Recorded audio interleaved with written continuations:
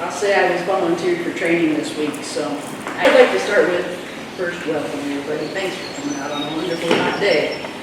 This is a citizen science project with the University of Minnesota as part of their Monarch Monitoring Project. And what is the citizen science project? Citizen science is just collection and analysis of data relating to natural world that members of the general public, typically as part of a collaborative project with professional scientists. Question, do you need to be a scientist? Absolutely not. And it's not the only thing they do, that's the only thing we're doing, is collecting data. With other citizen science projects, there may be more things. The biggest thing about being as part of a citizen scientist project is following just their guidelines and doing it the way they want. You know, if they tell you to only count this many plants, that's what you count in this amount of time. It's not like, okay, I counted 40 plants, but we're only supposed to count 30. You know? So it's not like who can do the most. This is the Monarch and the life cycle. For those of you who are new, this may be somewhat different. And again, I will be handing some things out for you. But this picture right here in the middle, right on the middle leaf there, I guess it's not the middle leaf, this lower leaf is pointing off to your right here. I don't know if my cursor's showing up. I can't see it from here. That is an egg, and it's the size of a pinhead. There's a little football sitting on end. It points up, and it's little tiny ridges, and once you find one, you'll know what it is from there on. I tried to find one yesterday and this morning before class, but I haven't been able to find one yet. But anyhow, that's the egg. This one's actually on top of a leaf. Most of the time, probably I'm pulling out a percentage here, 95% of the time, they'll be on the underside of the leaf. Those little tiny hairs, that's what the caterpillar, that's not the right word I want, the larvae will eat when it's first hatches. And milkweed is the only food for the caterpillar. Once they become a butterfly, then they go to pollinator plants and, you know, flowers and get the nectar to eat. But for the monarchs, that's why the milkweed plant is so important. It's the only food, it's the only place that the monarch lays her eggs. So in that little picture is an egg, and then we have an egg up here on the top left. And that little egg will hatch, and you'll almost not be able to see it. It's about the size of an eyelash, wouldn't you say? I'm sorry, your name again? Dave. David has helped raise some before, so they come out very small. You can almost think that they've disappeared. And they will eat like crazy on milkweed leaves, and they will grow. And we have some stages of how many days in each stage coming up. So to grow to be this yellow and black caterpillar, they will eventually create the chrysalis that we see on the bottom right, and then about 10 days after that, they emerge as a butterfly. Now this butterfly here, anybody want to guess whether it's male or female? It's male. Well, hang on to that thought. Just take a good look at it, see if there's anything you remember, and we'll see who knows what it was when we get a little more into the slideshow. Okay, the stages that they're at, the egg, larva, pupa, and adult. The egg is 3 to 5 days, and then there's a running total here on the right. The larva is when it becomes a caterpillar, and that's 10 to 14 days to when 16. The pupa is when it's in its chrysalis form, and that is 10 to 14 days for 28-day total. And then it will become an adult butterfly. Depending on the time of the year, they may live 1 to 2 months later, and those are the ones that lay eggs and keep reproducing all summer. There's normally 4 generations for the summer. The adult, as I was saying, can live 1 to 2 months initially. They're the ones that keep laying eggs. And then the 4th generation is the generation that flies to Mexico. And they can live 4 to 9 months to make that journey. Here's a closer view of the egg. Believe it or not, there is a little tiny egg right there to give you an idea of what you're looking for. Magnifying glass is helpful. These are the various stages. We have an egg. It's kind of light up there. Picture on it. Right up here by the egg. This is a probably second instar. Instar is the name of the caterpillar as it's growing. or the larvae. I tend to call it caterpillars the larvae. And it continues to grow into this very large, plump, probably about 2-inch long caterpillar. I was wrong, that's a first instar. And that is the 5th instar. There are 5 instar levels. And instar is the period between larval molts. Sorry, instar is the name of the period between the larval molts. And they have 5 instars, which I had already said. First instar, tentacles in the front, none in the back. The little black end here is where the head is, and that's the front. And I will have some eggs that have hatched. Whoops. You see them down in the leaves, and you do have to get in the leaves and kind of look to find them. And you see little holes in the leaves over here.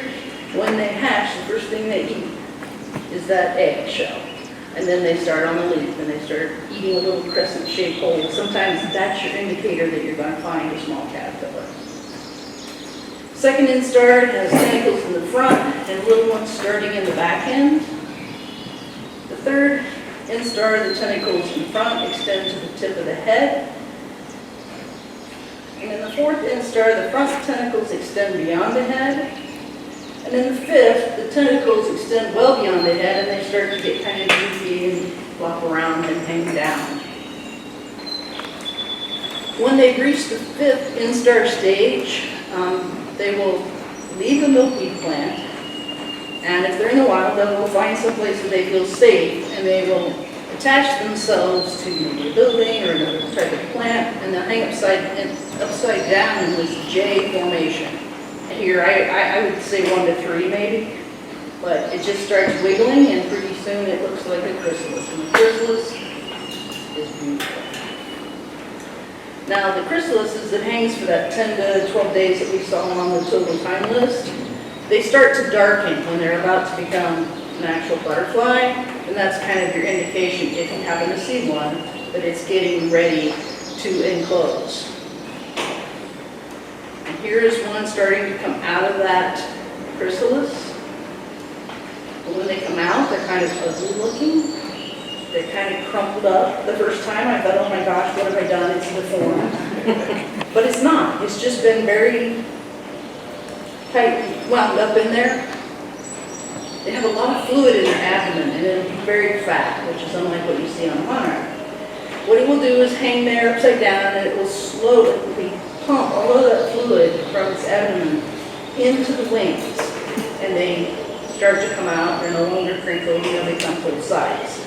And they'll leave some of that fluid on the ground below them or in a container if you're raising them. And then they'll hang there for an hour or 2 hours while they dry. Split around once in a while, but they pretty much just hang there and dry out. And then you have a new adult monarch. You can see he's still a little bit wrinkly, but just about there. Now, earlier I asked, did you think that was a male or a female monarch? We have here one, no dots on it. All of these lines between the orange are a little bit thicker. The one over there, all the lines are a little thinner, but you'll see 2 dots on the lower set of wings. The first one is a female, and the second one is a male. So when you're out and about, you're only going to count the monarchs that you can see at one time, because as you go down the trail, you might count one multiple times. And they don't want you to do that. They want to know how many you actually saw at once, unless you can say, I saw one here and it was a female, and I saw one over here and it was a male. Then you can count both of them. And the first time you look, like most of my life, before I really got involved with this, I thought all of these were monarchs. The bottom one is a viceroy, and it has this extra line on the bottom set of wings. I always say I'm looking for the smile. It has a little curved smile line. It is a viceroy. Although it's beautiful and necessary and wonderful, we don't count it. They're also a little bit smaller, and they fly a little more erratically than the monarch. But that's just what I read. I know they're smaller. I can't tell the difference by how they fly. As I said earlier, that 4th generation migrates, and they all migrate to Mexico. Recently on 60 Minutes, they had a special about this. Did anybody see it? It was a couple months ago. There's a particular tree there, and that name eludes me at the moment. The butterflies will all congregate there, and they just completely cover these trees.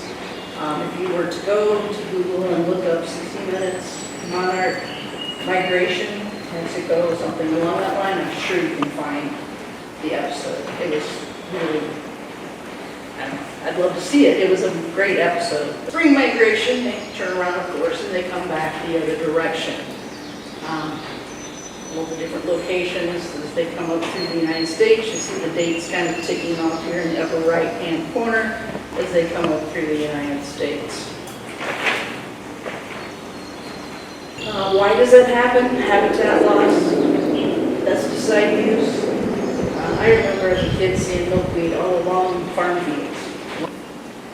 So why does this happen? Habitat loss, pesticide use, which is why I think you don't see it along the roads and stuff anymore. They also get sick, like everything else. And the weather's changing, and I don't know how much of an impact, but it's probably an impact to them. This is information from the Monarch Watch organization, and you can see that their numbers. This is from the colonies that overwinter in Mexico, and you can see the decline in hectares of coverage of monarchs over the years.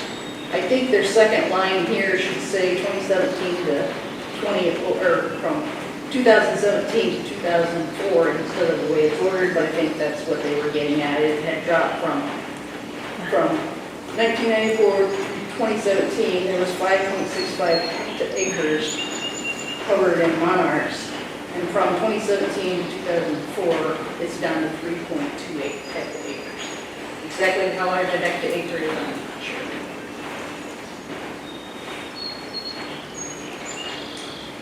Habitat loss, homes and buildings where they used to have milkweed, it's not there anymore. Forests being cut down where they spend the winter. It's a shame that there's any trees in that area of Mexico get cut down, but apparently they do. Habitat loss, crops, like corn and soybeans, where milkweed used to be. I think in general, pesticides along the fields, take away the milkweed used to border that. Pesticides for all insects, even the good ones. Their suggestion here is be careful when you plant your plants, do some research and ask what chemicals were used.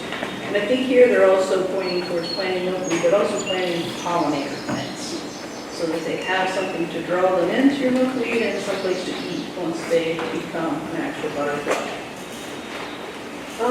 This is a diseased chrysalis. Do not know much about the diseased chrysalis. I had one chrysalis that did not hatch. I'm sure you may have had that happen, or maybe not. Yeah, I've had a lot of it. I've only had one, and it started. TC fly or something like that will lay their eggs on them. On the I think we bottom, have an on the example. caterpillar, and then they'll go in the chrysalis. It hatches out first and Okay. kills the Okay, this is my co-instructor. Thank you. No, I've heard of them, but I don't really have any experience with them. I had one chrysalis, started to get dark. As a monarch, I thought it was flying, and then it went completely dark, and it never emerged. There's also here in the lower right-hand picture, there is a monarch caterpillar. It doesn't look too healthy, but when it's really dark. They have predators. Birds like to eat both the caterpillars and the monarchs. I like to do photography. Last year I was at Lake Michigan, and I got a really nice shot, I thought, of a gull skimming across the water, wings open. You get it home and you get it on the big screen. Yeah, monarch in his mouth. Delete. I know he's got to eat too, but I was so bummed. Anyhow, this is also an insect. This may be the one you're talking about, just laying an egg or something on it. Again, they have predators in their winter habitat, and black oriole and the black-headed grosbeck. Here's the technicline we're talking about. That lays an egg on the caterpillar and then gets encased into the chrysalis. Kind of ugly things. Aphids, you'll see that on a lot of your milkweed plants, and when you're filling out your forms, that is one of the questions that they're going to ask, did you see aphids or any other predator type thing? The first time I did it, I sent the picture to them. I was so proud because I said, look at all these eggs. And they said, we're so glad you sent a picture because those are aphids. Thank you for that, though, because I think that's happened kind of to all of us. 'Cause Yeah. They're just little tiny, and they're yellow, but they move around. Other causes of their demise, just natural causes, weather. And what can you do to help them? Well, you're doing that. You're here to help monitor, which is awesome. You can spread the word, invite other people, just tell people to plant milkweed, plant pollinator gardens. You can plant milkweed, lots of it. There's several different types of milkweed that grow in this part of the country. You can plant nectar plants or pollinator plants. Turn off lights, recycle, conserve water. Carpool, walk, or bike when you can. And just get involved, which you're all doing here. Thank you. Yes, there was a picture with each one of those. Sorry about that. Excuse me, habitat needs. There are not as many habitats, so if you can plant a small area in your garden. I don't remember the gentleman's name. There's a book out. You might know it, or you might. It talks about if everybody put like a 6x6 plot of pollinator plants in their yard all around the country, that you could probably restore the numbers of monarchs. So the habitat needs are food, milkweed and nectar, water, mostly for the plants to keep them growing, but butterflies also need water. Shelter for them, bushes, trees, and other plants. The ones that I have released, they immediately fly to a tree and sit and get their energy initially from the sun before they go out to eat. Clean air and the space to fly around and eat and grow. Probably a little privacy so they can reproduce and eat more eggs. What makes a good butterfly garden? Sun, lots of it. Shelter, bushes, fences, to keep the wind out.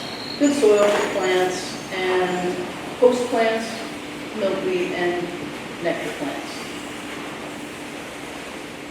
These are several pictures that they have provided of different monarchs. You see there's a little variation in the shape sometimes.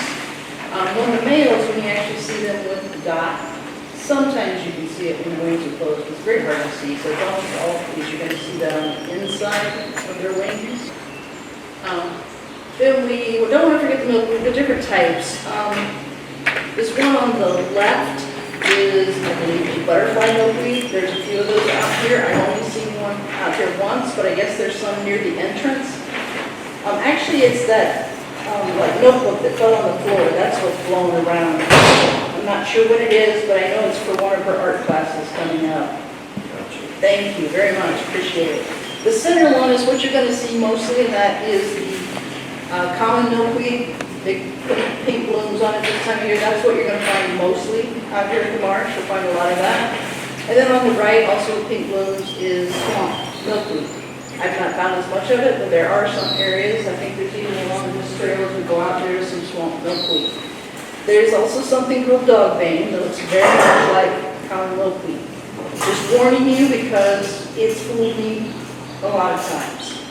And there's an app called Seek. There's also others, iNaturalist and what have you. And that'll also be in your email I send to you. But Seek is a very quick scan of a plant, and it'll tell you that it's dogbane or it's milkweed. And that will help you while you're out looking, so you're not spending your time looking down at dogbane. The dogbane will have white flowers, but when there's no flowers, they're very difficult to tell apart. What now? You've already done that. You've signed up. And for more information, there's a couple links here. If anybody wants to grab a shot of that with the phone, feel free. I'll leave it up for a moment. I don't actually have that. I don't have this slideshow or slide presentation to send out to you. Carl will have this up in a couple of weeks online if you want to review it. Okay. Now, what you're really here for, Monarch Monitoring. These are checklists. These I can actually give everybody one, but you will get a copy in your email. And all your contact numbers are down here at the bottom as well. Charles is a Little Rivers employee, I'm Cindy doing the training. Kylie is the person that you will be sending your information to, and again, you'll get all that information. And Kathleen, she has done this for many years. She did training previously. She's off enjoying vacation, I believe. Shame on her. No, I'm happy for her. But that's why I'm here. On this list, you know, they always check the weather and dress appropriately. Dressing appropriately normally means long pants and, you know, closed shoes, because it is a big issue sometimes out here. Be sure to tell somebody where you're going, what you're doing, when you'll be back. So, you know, that's always good, no matter where you're going to hike at or whether you're monitoring or not. Know what time to expect sunset, so you're back in. I tended to do all mine earlier in the day in the morning. I like to get out before it was really too hot, but you can do what works for your schedule. Suggested items to bring: you're going to have a monitoring sheet, which you will see today and you'll get copies of in your email. A clipboard. I use clipboard. Some people will bring a notebook and jot everything down here themselves. Do you have anything particular that you like to do that was maybe different? Clipboard. Yeah, that's what I use. Magnifying glass is always nice to kind of get in there and see those little ridges on that egg, especially the first couple times. Make sure that's what you're looking at. If you have identification books, cell phone, again, the apps on the cell phone are great for, you know, identifying plants. Insect repellent, water, always bring water, sunscreen, rain gear. I tried not to come out if it was raining, but sometimes you must. This is a camera. Most of us use a camera on our phone these days. A list of preserve rules, which they're kind of listed down here. You can bring a monitoring companion. If anybody's the first time and they're unsure about this and you don't want to do it by yourself, do it with somebody else. Normally we do one side of a trail. So maybe you want to get a trail where you each get one side of it. Maybe you can do it at the same time. But if you have a friend that wants to do it with you, you can both do the same trail and double check each other as you go through. A flashlight, I can't say I've ever brought, but again, I like to come out in the morning. A watch, because you are timing the amount of time you're out there, and a quarter, and that might seem odd, but you're going to want to take pictures once in a while, or a lot of the time. But if you find a caterpillar, you can always put the quarter down, take a picture, you've got something for size reference. Preserve rules, that's item number 5. Below is a reminder of what is not allowed at the preserves. Pets, no dogs, hunting, fishing, biking, motorized vehicles, horseback riding, alcohol, drugs, weapons, camping, campfires, and collecting or releasing of species. Any of the eggs you find or the caterpillars you find, they stay here. The ones that I raise, I have to find them somewhere else, either from my own plants or, you know, on the road somewhere or my neighbor's yard, but not from out here. And always when you're done, check for ticks. Light colored clothing makes it a little easier. And I'm going to put one in my car this year. I haven't previously, but I've been told if you have one of those sticky lint rollers that you peel off the sheets, that they're great for rubbing over your pants to find ticks. So, just a thought. In an emergency, call 911. Any other concerns? Where'd it go? Come on. Come on. Any other concerns? How did I jump up any pictures? Okay. Any other concerns? There are your contact people. At the end, I'll have a larger picture, so you can take a picture of it with your phone if you want, and it'll also be in your email that you receive. That's one.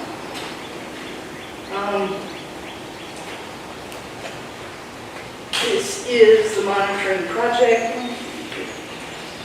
I might have enough for everybody to have one of these. This is what I was saying, we need to follow the guidelines for the Citizen Science Project. Nothing difficult, but this covers what you're doing, when you're doing it, how you're counting things, the frequency of your monitoring. You're going to monitor once a week.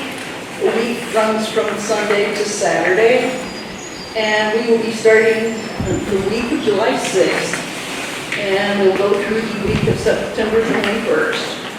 You pick what day you want, what time you want. You try to be consistent on a weekly basis, but you can't hit it every week. You realize that? Just be as close to that as you can. When you go out to count plants, you're going to count 30 milkweed plants and stop, or you're going to stop at an hour if you haven't seen 30 milkweed plants. So you stop at 1 hour or 30 milkweed plants. Some trails, there's just a ton. You're going to go 100 feet and you got all your plants. Other ones, you have to go quite a ways to get all your plants. Reporting. You turn your data in every week. And there is a separate form so that it all looks the same to the person that has to tally up the data. And you'll be getting that in your email, and I can also show you what it looks like here in a moment. And you will mail it in every week to the new person, being Kylie. So you can kind of see how that works. This data that you're reporting, Yes. the person that you're reporting it to, is that person Little Rivers or University of Minnesota? Actually, we have a local person. She's also a monitor. Her name is Kylie Link, or Linky, I'm not sure. I have not met her yet. She is the person that we'll send this to. This is the form we fill out, scan in and send to her, or if you want to fill it out electronically, then just attach it to an email.